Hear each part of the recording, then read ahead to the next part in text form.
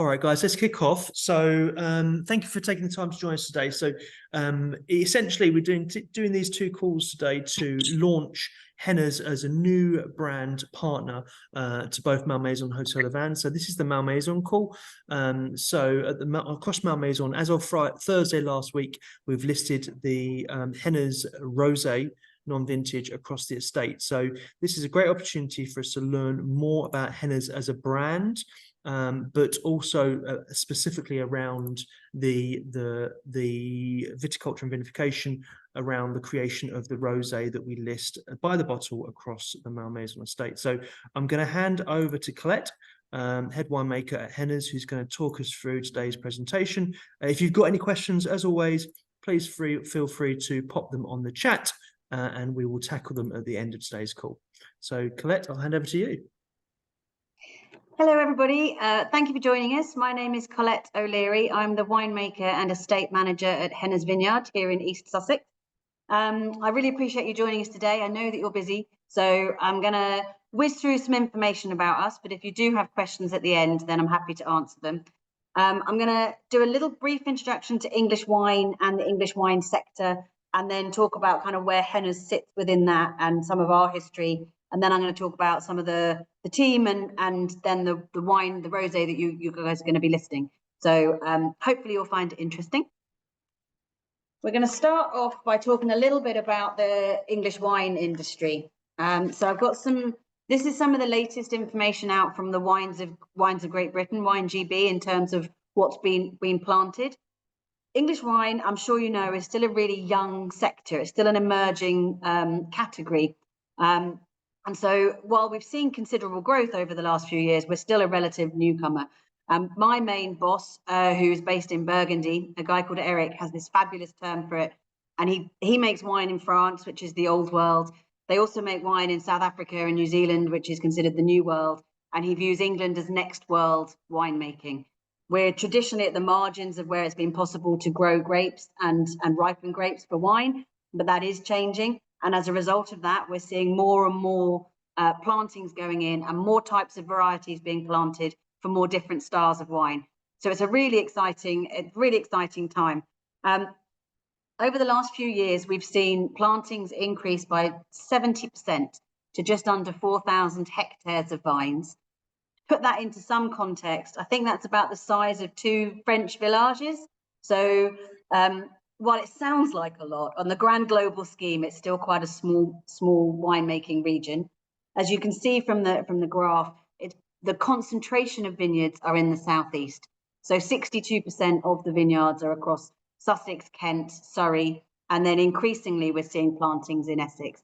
And that's because the southeast is the driest, sunniest pocket of England. And while England itself, particularly this July, has proved itself to be a bit cold and wet, generally the southeast is still considered the driest, sunniest pocket. So that's where most of the vineyards are concentrated. In terms of the plantings, the 2 main varieties are Chardonnay and Pinot Noir, with around about 30% of plantings each, followed by Pinot Meunier. And traditionally, those 3 varieties have gone into sparkling wine, and sparkling wine used to be about 70% of production. It's dropped a little bit to kind of 62% of production now. And that's largely climate related. And I'm going to show us on a map where we are in relation to Champagne, but it's largely because we follow the French method of production in Champagne. And so we planted the varieties best suited to that production. We are seeing a little bit of other varieties coming in and being planted now. And Bacchus is the white variety that is largely being used for still wine production. I'm going to move on to the next slide.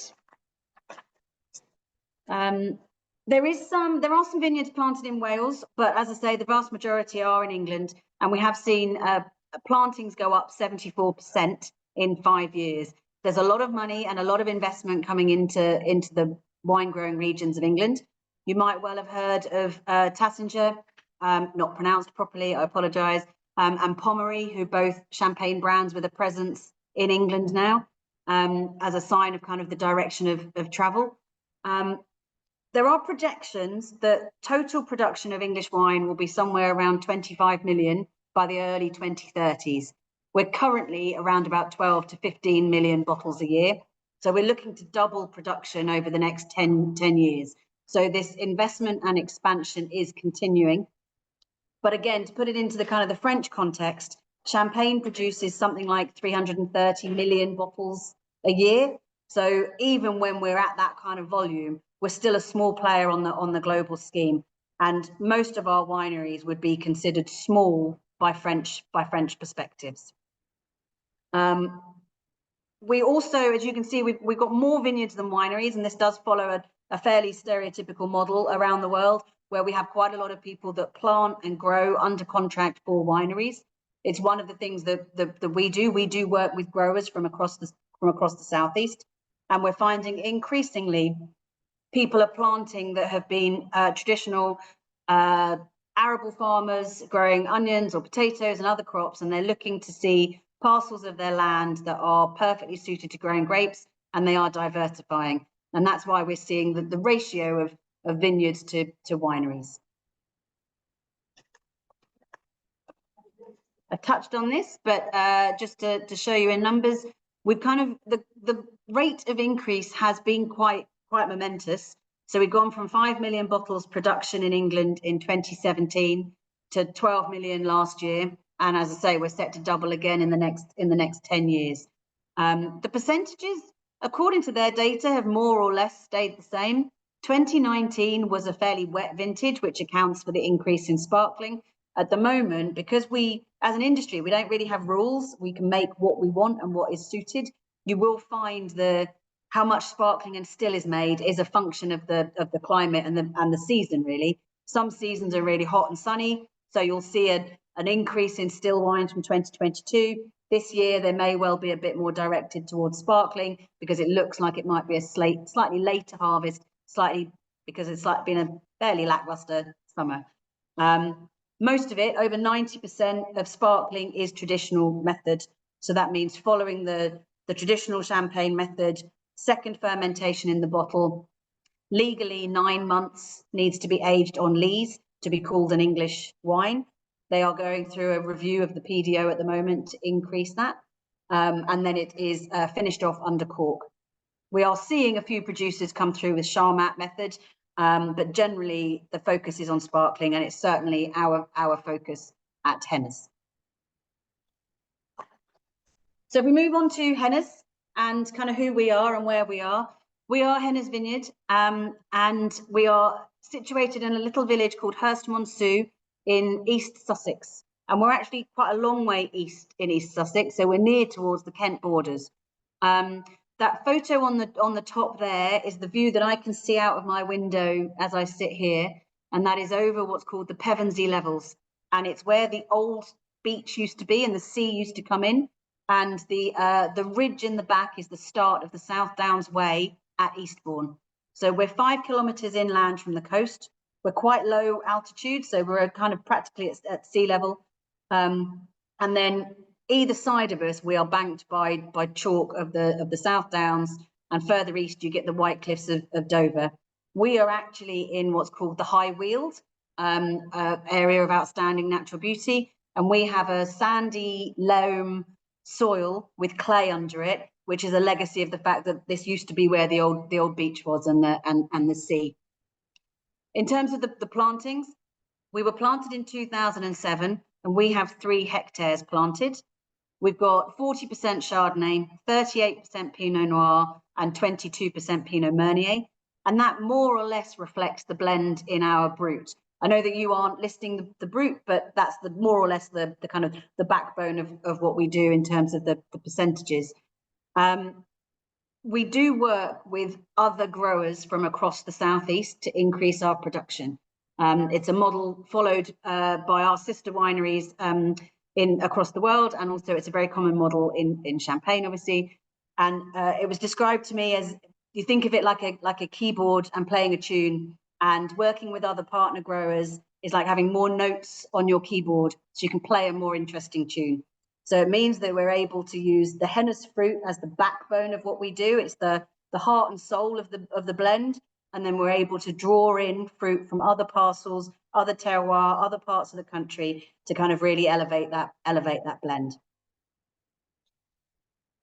I can show you where we are for those of you that aren't too familiar with the geography. But as I say, we are south of London, we are east of Brighton, and we are just inland. The nearest town is Eastbourne. We're about a 20-minute drive from Battle, so we're in the kind of the heart of English wine production, just inland from the coast. And then we've got another picture just to kind of really hammer that home. You can obviously see the coast on the bottom there. And then we're just inland, and that green area in front is the Pevensey levels.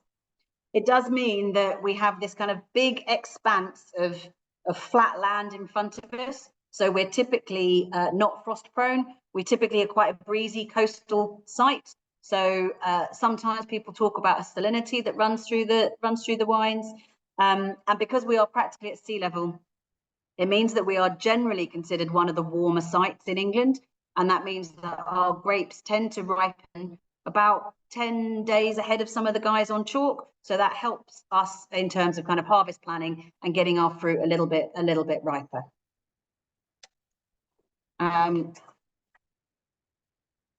English wine is often talked about in the context of champagne, and this just shows it really. As the crow flies, we're about 130 miles from Champagne, and yet we're about 200 odd miles from Manchester, which is where our head office and parent company sit.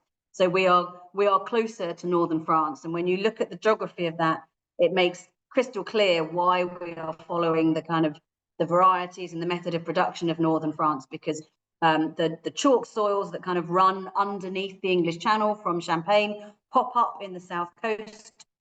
Climate-wise, weather-wise, we are quite similar. We have more similar weather in the southeast to the north of France than we do to, say, areas of the UK such as Manchester. So it makes a lot of sense as to why we are where we are. The name I was just asked about, and I forgot to say on our last call, Henners is named the gentleman that set up Henners in 2007. One of his ancestors was French, and his name was Henners Dubois. So when he was looking to set up the vineyard, and it was going to be making traditional method, champagne method wine in England, and his ancestor was French, there was a natural link, and that's where the name Henners comes from.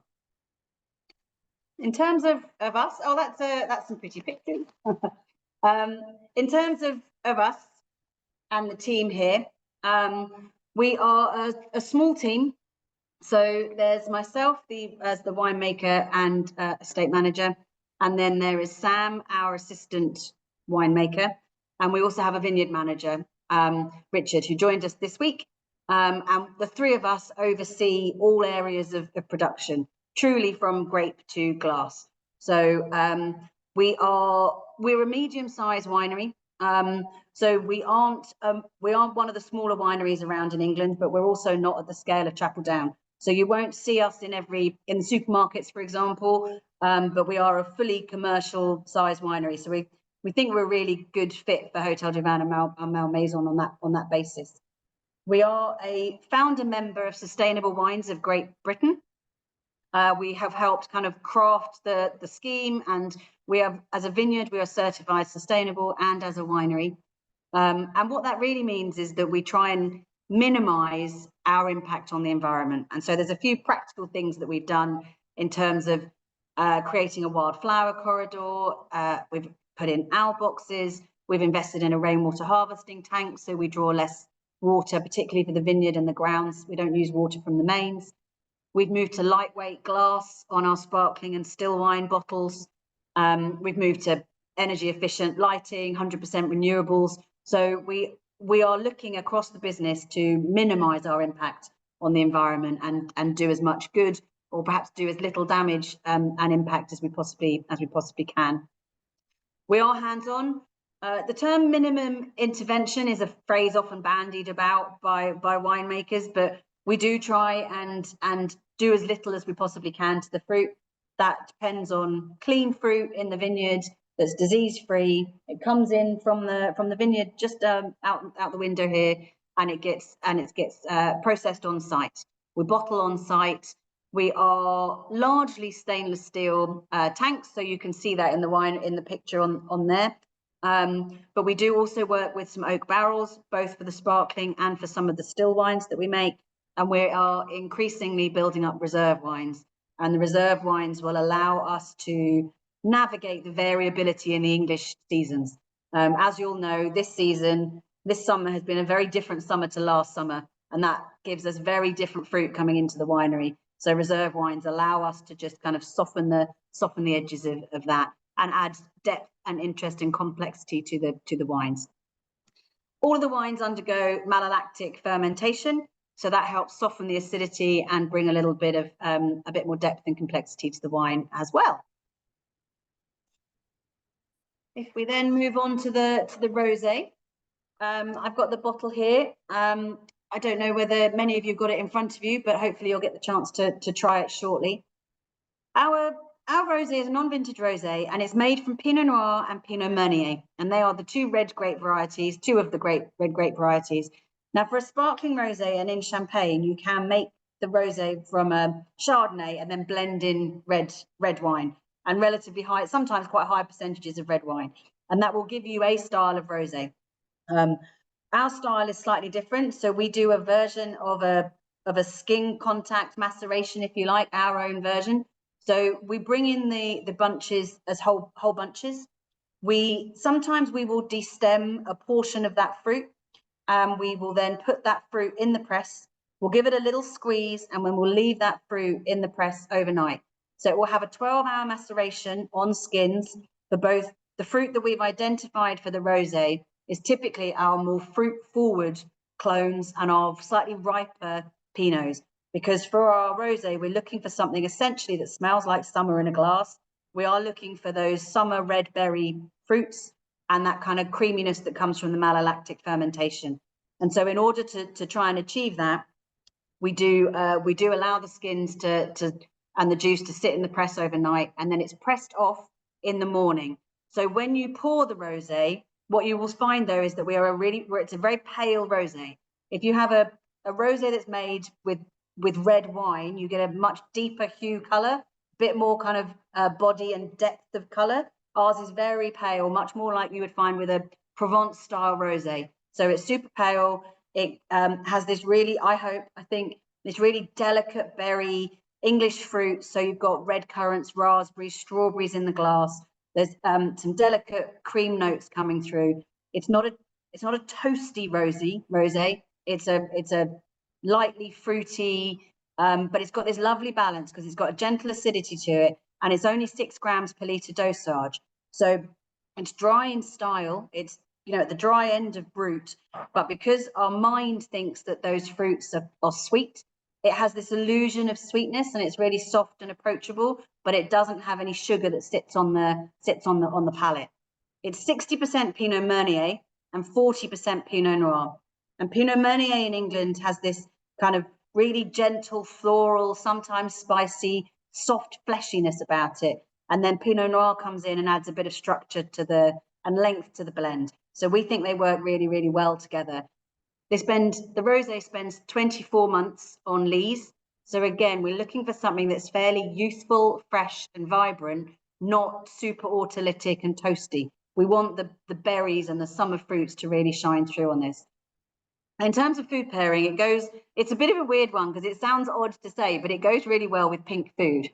So by that, I mean, it's actually a really great pairing for charcuterie, prawns, salmon, things like that, where the acidity will help cut through some of the fat, but it's a delicate fat in some of those foods. It's also got some little citrus areas in there. So the prawn cocktail, where you have a slice of lemon, helps lift it. It is dry, so it does pair well with desserts, but slightly less sweet desserts. So where you've got like a panna cotta, or where you've got some strawberries with some maybe ouzo coming in there, sorbet with some creaminess, those notes will tend to pick up some of the red fruit, some of the citrus, but some of the creamy notes coming through. It's also absolutely delicious by itself, and it tends to be the wine that, I mean, obviously I love all of our wines, but it does tend to be the one I take to friends and family because it's a real crowd pleaser, and I absolutely love it. So I hope it does well for you. I know it's on by the bottle, but I hope that people get the chance to try it, and I hope they get the chance to enjoy it. So I think that's me for now. Thank you very much, Steve, for Colette. I mean, Nigel, you're going to say a few words about the partnership between Boutonneau and Malmaison, but you guys, if you've got any questions specifically around the rosé from Malmaison or alternatively Henners as a producer, please feel free to ask or pop them in the chat. But Nigel? Thank you, Richard, and thank you, Colette. But more importantly, thank you to each and every one of you for joining the call today. And thank you for your support and commitment. In terms of sort of Henners, Henners is a boutique product, very much like Malmaison is a boutique product.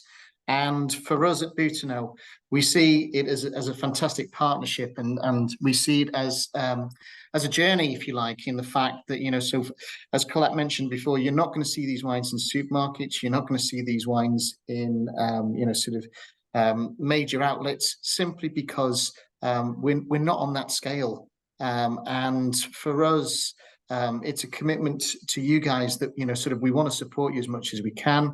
I do know quite a few people on this call, and if there's any support or help that I can sort of give you, please, you know, just drop me an email, pick up the phone. I'm always happy to help. And as I say, we're just super proud at Boutonneau to be able to sort of introduce the brand of Henners to Malmaison, and we're hopeful that it's going to be a very sort of fruitful partnership for years to come. And from our perspective, we when we were trying to identify the English sparkling producer to work with across both brands, we did a blind tasting with 9 different English sparklings, and Henners came up, you know, one of the top scoring sparkling wines in that category, and we went to a lot of work to try and make sure that we found a partnership that was right, and a producer that was small, wasn't, you know, known in supermarket chains and such forth, was a really big part of that decision-making process. So we're really pleased to enter into this new partnership with Henners and bring English sparkling to both guests at Hotel de Vin and Malmaison. Guys, do you have any questions at all before we just end the call there? Okay, so the Henners Rosé is now available in all our Malmaison properties by the bottle, and the Brut, we're joined by a couple of Hotel de Vins on this call as well. The Brut is available by the glass across the Hotel de Vin estate. If you do have any questions, you know where to reach us, and please encourage your team to watch this presentation back. It'll be available very soon on our Malmaison Hotel de Vin Wine Academy YouTube channel, but it'll be available very soon. So please encourage people to watch it so they can really learn more about the brand. Sorry, a quick one. Rachel's got a question.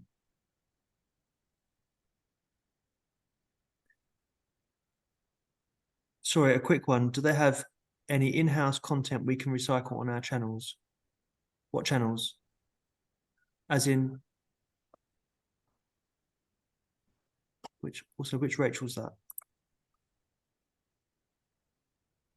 Ah, from a social media perspective. Okay, cool. Yeah, probably we've got some time with Colette in week after next, so we should be able to pick up between Rachel, Neve, myself, and Colette around content from a social media perspective. Yeah, thank you, Rachel.